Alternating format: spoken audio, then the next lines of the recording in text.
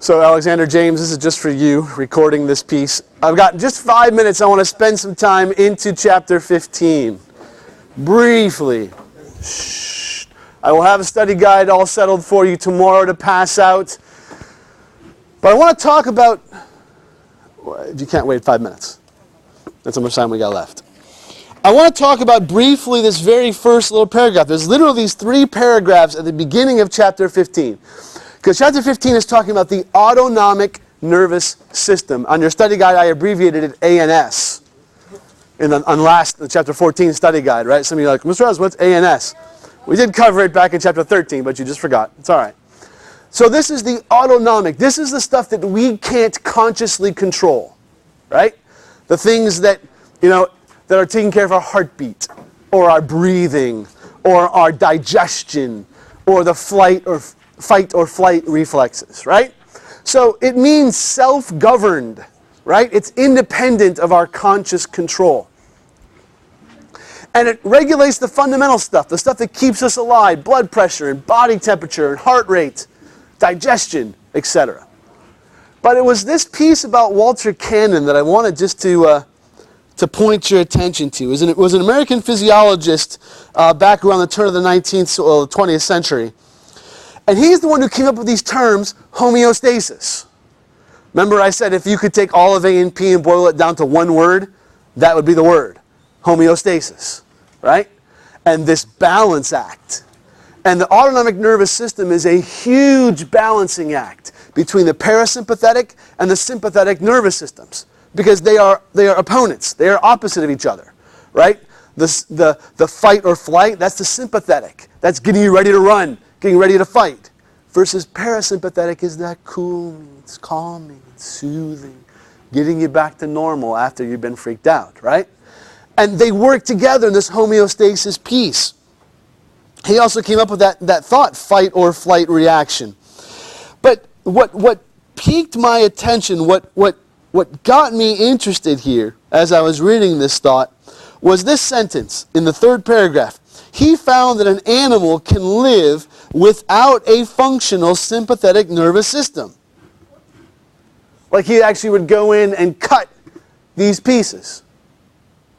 But what happens is that... Right, the fight or flight, the sympathetic nervous system. But what he found was you had to keep this animal warm and stress-free. Because one of the big things that this autonomic nervous system does is temperature regulation, keeping us warm. Think about this stupid classroom with all love, right? If you're here in that first period, right, from 8 o'clock to 8:25, it's like a sauna in this room, okay, blasting hot air on us. By now, it's starting to get a little bit cool, right? If you come in here about 4th period, it's downright chilly. 5th period, it's cold sometimes in this room, right? So our body has to be able to regulate our temperature, and this is a huge thing that this autonomic nervous system does. But that picture just stuck in my mind.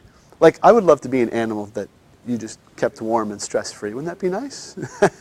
Sounds like fun. Yes? Right. So this is your body's response to disease. Does anyone know why you get, why does your body get hot? Like, why do we have a fever?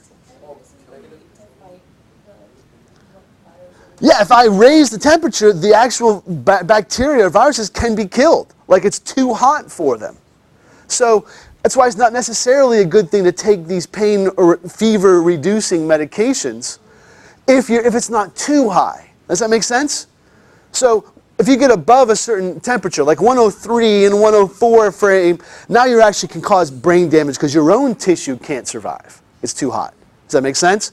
But these low-grade fevers, it's not necessarily, let's quick take something to reduce that, because that's actually your body trying to fight.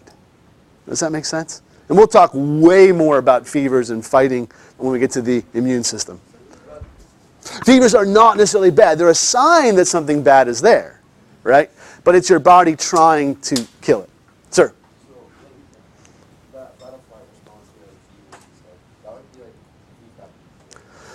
Sure, right, definitely. As your body senses that there is this intruder, it has a whole series of defenses it sends at these bad things, and then triggers this response from the sympathetic nervous system to say, hey, ramp up the temperature. Let's try and burn this stuff out of here. Absolutely. That's this autonomic nervous system. You don't consciously go, oh, I'm feeling a little sick. Let's turn up the fever. You know, right? It just happens. It just turns on. So that's where we're going here. I have to admit, this is not my favorite topic in the world to talk about the autonomic nervous system. It's very just kind of out there, but it is important. There's some important pieces that we need to know. So we'll continue tomorrow, eh? Adios.